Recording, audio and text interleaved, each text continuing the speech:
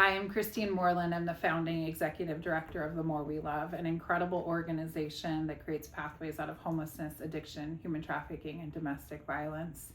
The More We Love was created out of a space just straight from my heart and from my experiences. I come from a homeless heroin addict. That was my father, who lived on the streets of Seattle, and my mother, who was surviving being a single mom, trying to keep it all together through my childhood. I was subjected to a lot of hardships, a lot of things that a lot of young girls shouldn't have to see, shouldn't have to be part of. But it didn't kill my spirit, rather than it just kind of kept me going and trying to hold on tight.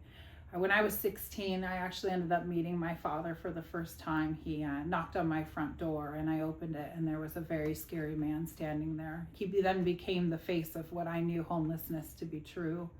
And to fast forward a bit in my story, and when I was 20 years old, I was driving in downtown Seattle, and it was the second time I saw my father, but this time he was flying a sign on the side of the road.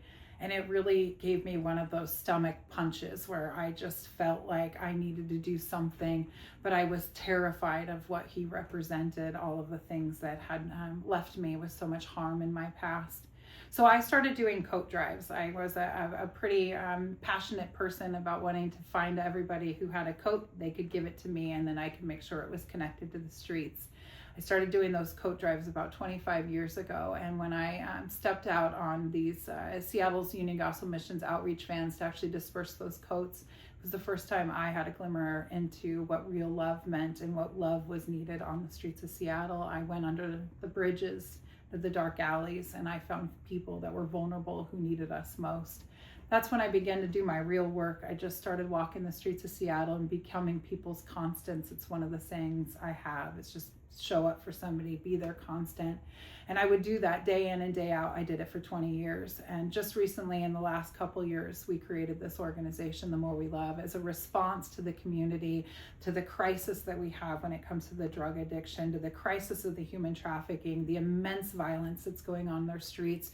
We knew that we needed to step in a space to create a safety net for the women and children being abused. And so we built the street outreach teams. We opened a crisis center that runs 24 hours a day, 7 days a week. It provides a safe haven, pathways out of the addictions, the human trafficking.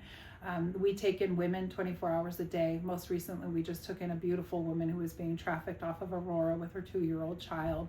The stories and the things that we see are real. They're really dark, but we have light because we are actually working in a space of lifting people up and out of here. So I get to do this work every day. I'm honored. It's a healing space for me as well. It's a space that I can say, I know what you've been through, but we're going to get you past that so that we can get to a better space. So I'm just deeply honored that I get to be doing the work that I get to do.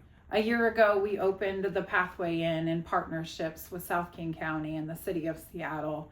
The Pathway Inn is a crisis response center that has 22 available beds for women and children escaping domestic violence, human trafficking, addiction, and homelessness. I opened the center in response to a grave need. I would go out into encampments in South King County. I would walk the streets of Seattle, and I would see young women and children very vulnerable, especially to the crisis that we have when it comes to the drug addiction and the human trafficking. And I would want to be able to take these women somewhere safe. And every time I turned around to contact a resource, either they were full or it wasn't a safe place that I felt a woman deserved to go, i.e. there was drug use going on, there were still people in active lifestyles that would subject them to things that weren't safe. And so I kind of did that. I went all in, and a year ago, I sold my house and I opened up the crisis center, which we call the Pathway Inn. It's located in Renton, Washington. It runs 24 hours a day, 7 days a week, in partnership with law enforcement, community partners, and self-referrals, and even church referrals.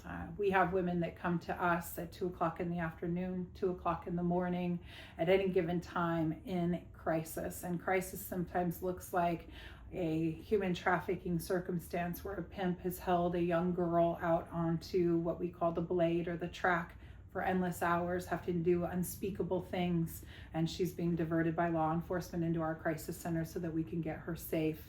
We have women who come to us through domestic violence where their abuser has spent ever amounts of time abusing them with children. We have women who come out of living of their cars and coming out of living even on the streets. We bring them into this center and we quickly stabilize their crisis. We meet their needs. We figure out, what does it look like? What does it look like before you became homeless, before the drug addiction took over, before the domestic violence? What did your life look like and what do you want it to be? We're really intentional with those questions because that creates that pathway. We get them into recovery first if there's active addiction, and after that the chains begin to break, and then we start to work on things like stabilizing childcare, food resources, getting them employment, and then of course up in housing. Since last June, we're proud to say that we've housed over 100 families through this crisis center, and we're just getting started. We have access to 109 of the rooms. Currently, like I said, working in 22 of them, but know that that will expand over the years. One of the questions I get so often asked is, what is a day in the life of? And, you know, I will give you kind of a glimmer into even just the day in the life of a phone call. 2 years ago, I received a phone call from a county sheriff who had a young woman who was in grave need. And I said, officer, you know, what is the circumstances? What is it that I can do to support? And she said, this woman just needs you, right? She needs your constant. She needs you to show up for her. And I said, what happened? And this young woman had been gang raped, brutally beaten, and left at a hospital, and she was pregnant.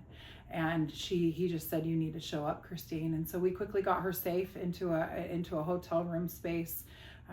I showed up about 30 minutes after getting her there safe. I knocked on her door, and this young woman was in the bathtub waiting for me, just waiting for somebody to sit next to her and tell her it was going to be okay. Now, sometimes I walk into these situations and I don't even know if it's going to be okay, but I've got a call in my heart to do everything I can to show them that I'm just going to be there. I walked into that bathroom that day in the very vulnerable space that this young woman was allowing me to walk into. And she was beaten and she was naked and she was waiting for me to tell her it would be okay. And I got down next to her on the tub and I held her hands and I told her it would be. And you know, the funny thing is we both looked at each other and kind of giggled. And I think it was at that moment that she even realized that it just might be.